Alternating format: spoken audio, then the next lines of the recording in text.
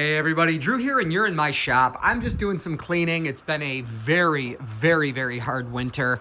Probably, I don't know, for whatever reason, I'm thinking 2011 and 1993 are the last times it was this bad. It's been well under freezing every single day. Coming into the shop and it's 10 or 15 degrees, heating up to about 20 during the day, but no sun, just nuisance snow, 2 to 3 maybe inches, like every day, almost every day, since Christmas. And this is the end of January. So that is very difficult compared to, even 2015 when it was sunny most of January, but, 10 degrees. 10 degrees and sunny is fine. 10 degrees with 2 inches of snow is bad. So that may seem irrelevant, but it has a purpose why I said it. Be sure to check the description, and I'll explain all about this shop, what I do here. Just to give you a sneak preview, I own a small specialty car dealership that ships cars mostly all over the United States. Some of them do come from Japan, like that Toyota Crown right there, and some of them we can ship cars to Africa, the Middle East, etc., or back to Japan. It's a very specialty car dealership, but the other side of things is I'm a father of 4 little kids and a husband to a beautiful wife that they need me around. So I have not taken on, $5,000 a month shops and employees and all that crap. It's a mess right now. Like I said, watch the other video in the description. This is my shop. It does not have heat. And again, this is one of the top, I'd say at least top 5 worst winters in the 35 that I could remember. I'm older than that, but anyways. So what am I doing to survive? This is a man up video. If that offends you, don't feel the need to keep watching or subscribe, but gotta man up, gotta put on your big boy pants. There's no crying, especially if you're a husband or a father, or maybe you're a tough girl, whatever, but gotta put on those, those big boy pants and get through it. So when you go to detail a car and the chemicals are frozen, I take a bucket. I have a horse spigot out here. That's what my landlord calls it. They own horses. They put in this. That's how they give their horses fresh water. The valve's way down in the ground, and it could be 5 degrees outside, and I'm going to get water from that bad boy. And when I shut it off, it drains down into the stones underneath the ground so it doesn't stay frozen. When I hook a hose up to it, as long as the hose doesn't have ice in it, I can wash a car on a 5-degree day as long as I'm okay with the water freezing on the car, right? Then I blow the hose out when I'm done. At 5 degrees, it won't freeze faster than you can work with it. So what do you do when you go to detail a car and again the chemicals are frozen? There's a bucket with a water heater in it. It's going to bring that water up to probably 150 degrees, so I need to be careful, and it can also electrocute me. Again, big boy pants and big boy brain. You don't stick your hand in there. If I ever do want to stick my hand in there, I use my left to pull that thing out and make sure that it's not anywhere near the water, because the water can get a charge from those heaters, unfortunately. So what we've got here, I'm going to be careful pulling it out, but that's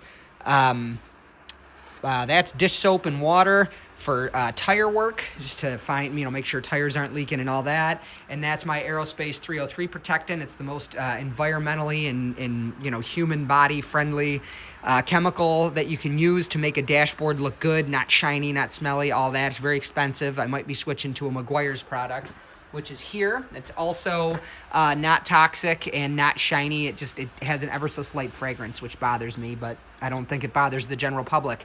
This one's still frozen. That's my tire lubrication for getting tires on and off the rim. By the way, this machine is freaking awesome, but guess what? It requires a compressor that is at least 220 volts and probably 5 times the size of my compressor. But again, we work with what we've got. When it gets cold like this thing doesn't work. So over there is a propane heater. I heat this up. This in here, this water can freeze inside the water separator and cause air to blow out. I've had to take that apart and get ice out of it by hand.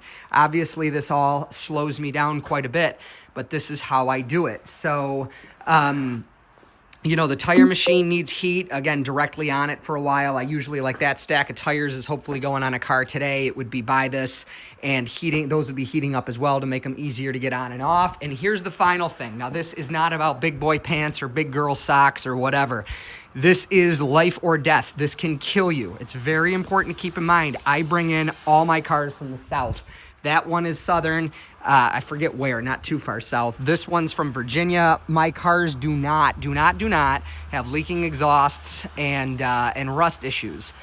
You just simply don't buy cars that have those problems. So what I've done, unfortunately, it's not pleasant, but if done correctly, it's not dangerous. You gotta have a carbon monoxide detector for this, but I put this hose way up as far as I could get it in the tailpipe, and then the other end of it goes out the door. Now that's gonna warm up a little bit and become soft, so that piece of wood right there, which is the thickness of the hose, goes next to it and the door closes on it.